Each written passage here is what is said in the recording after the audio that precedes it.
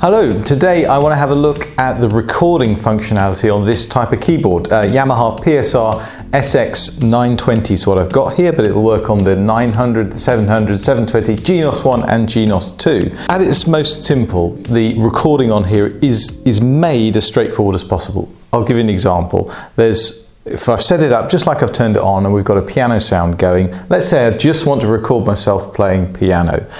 Go to the recording section with this button here on the front panel, and this screen will appear for you, and it's got song recording menu, MIDI and audio. Now what I'd encourage you to do, if it really is just a simple recording of you playing that you want to record quickly, then quick record obviously is the one that you press. And again, it's so straightforward. From here, everything is set up for you to just play and it will record you. For example,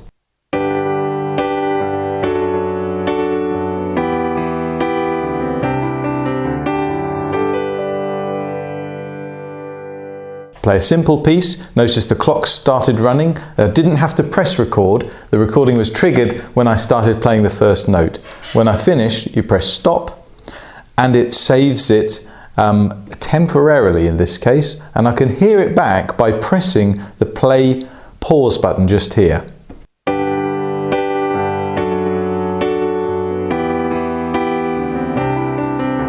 Incidentally, you can play over the top of it as well while it's playing back.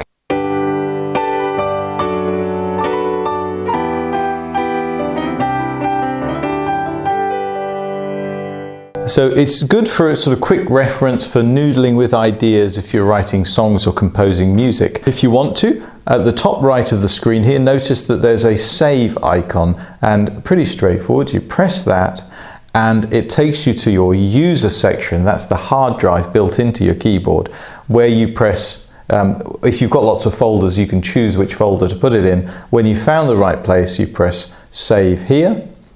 And then you give the song a title. New song is the default name, and the next one you do will be new song 1 and 2 and 3, etc. But in this case, if you hold delete, the song name disappears, and I can just give this a name on the keyboard here, and I'm just going to call it Noodle 1. Press OK, and that is it saved. Now I could turn the keyboard off and back on at this point, and the song would still be there. And let's imagine that I had just turned the keyboard back on. How do I actually find that song again and play it back?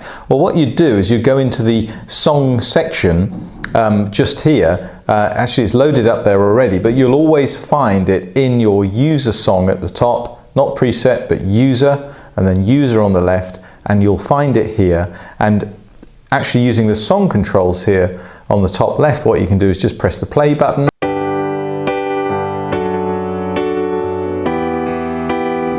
And it'll play back. That piano sound is really rich, isn't it? Every time I hear that, and the speakers on this keyboard are very, very high performance, even though they're small, and I'm always surprised about how rich that piano is. Okay, so that is the simplest way that you can record on this keyboard, but of course it's way more capable than that. It's actually got a 16-track recorder built into it. So what that means essentially is we can start layering up different sounds as we go along, and you could do 16 whole layers of them and build up a professional quality recording, because it's not just piano, remember. We've got all of these extra voices here, strings, guitars, woodwind, synthesizers, all sorts, plus all the drum beats and the styles and the accompaniments that we can use as well. So I'm going to have a little bit of fun here and do something from scratch in the multi-track recorder, and hopefully you'll be able to pick up the odd thing and experiment at home and have fun.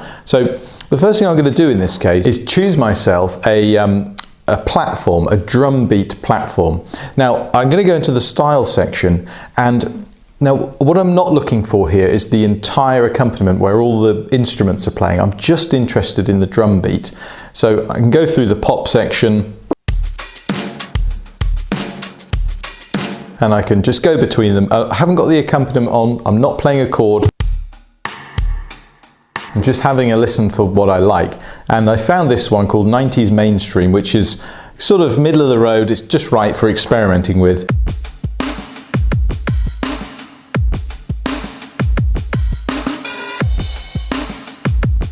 Okay, so that's going to be the basis of my recording in the multi-track recording. So I've got that style loaded up. I'm now going to go into the recording section by pressing the recording button again. But this time, instead of going to quick recording under MIDI, I'm going to go to multi-recording. And in multi-recording, what we have is this screen here, which is quite a good illustration actually of what's going on. We're going to record something in each of these channels, or a handful of them anyway, and we're going to start with drums. So the way to do it is down at the bottom left here we've got the controls, and I'm going to, because I'm anticipating how this song's going to turn out, I'm going to want an intro, a 4-beat intro. So I'm going to press intro number 1 here and sync start.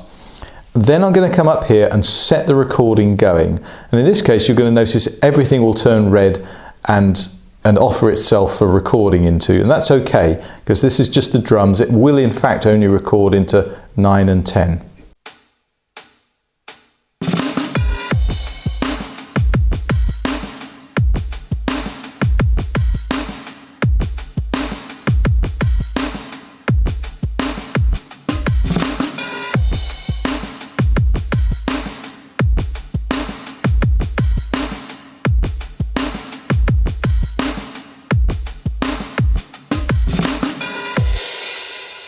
Okay, so that's my recording. Just the drums have gone in there now. So that's waiting there for me, and I can play it back. And as you can see in the bottom left here, those 2 green lights go on, and that indicates that those are the 2 tracks that have something in them at present.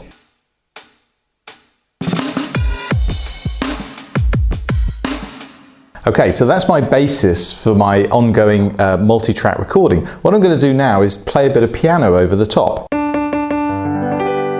So I've got my piano selected, and I'm going to record this into track number 1. So if I press the record button just there, it now waits for me. Notice the record button is flashing at the bottom left. This is now waiting for me to start playing, because that's what's going to trigger off the recording. Or I can press the play button, knowing I've got that 4-beat intro, and then just start after those 4 beats.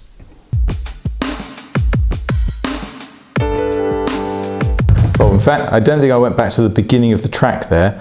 So let me just go back here. That's what I needed to do. So pressing this one to go back to the start, set up my recording for piano just here, press play.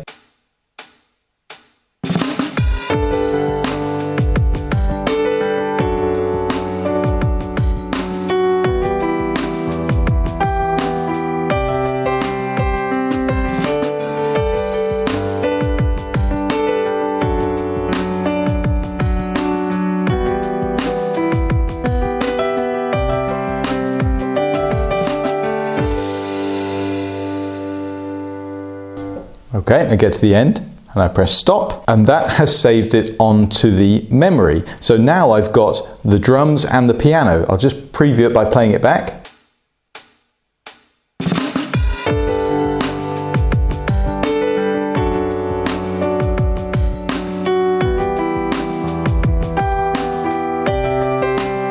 Now this is where it starts to get a bit fun, and you can really utilize the technology in here, because as nice as that bit of piano that I was playing was, it wasn't totally accurate. Some of my timing was out. It wasn't the most professional performance I've ever done, but there's a tool in here which you can use, which will basically just lever everything into place with regard to the timing, and it really makes a difference and makes it sound really professional. And that's using this button here called quantize. So what I'm going to do here is press the quantize button, make sure that it's track 1 selected, see it's the bottom bit that you select here, and then press execute just here. Only takes a second to do, but essentially what it's doing, and because it's a MIDI track, it can do this. It can use the MIDI information and sort of move the notes and put them in time with the beat. If I play it back now, you'll hear that that piano performance is just sounds more professional and in time with the music.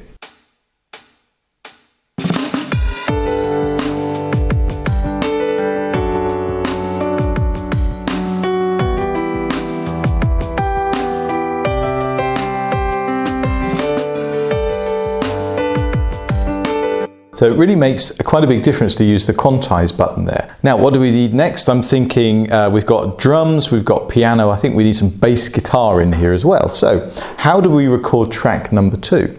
Well, firstly, I'm going to go over to my voice selection just here, and I'm going to choose the basses. And I like this first bass here called finger bass. So that's what I'm going to use. Press exit to come back to the recording. And on track 2, the thing to check for, if you're building your layers like I am here, is that if you press the picture of the piano in the middle, make sure that the song channel selected is right number 1. It's voice right number 1 that you're going to record. And there, it's set it up for me now. And remembering that I've got those 4 intro beats as well at the beginning, so instead of playing to start the recording, I'm going to press the play button just here and then join in.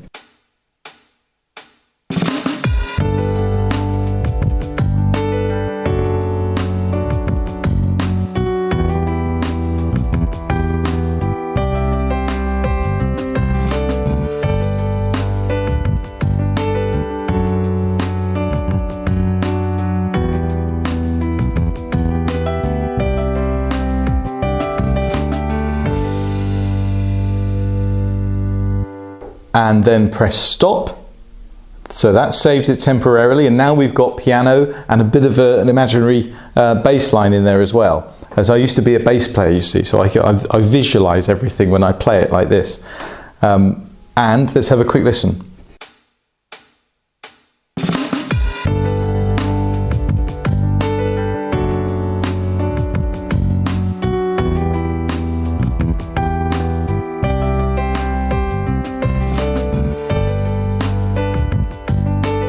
Okay, but again, I'm going to do the quantizing trick as well, because that's going to put everything nicely in time with the piano and the drums. So here's a reminder how to do it. What we do is press quantize, select track number 2 in this case, go over to execute, press that.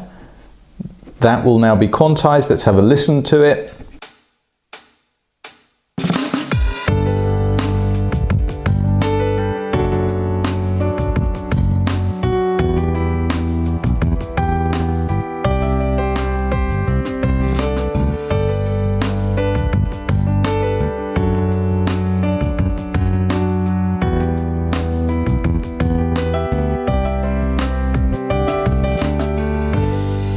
Okay, so we've got quite a nice sounding song coming together there, and we've only used 1, 2, 3, 4 tracks out of the 16 altogether. So there's plenty of experimentation to have still to come, which is what we're going to get into in part 2 of this video, by the way.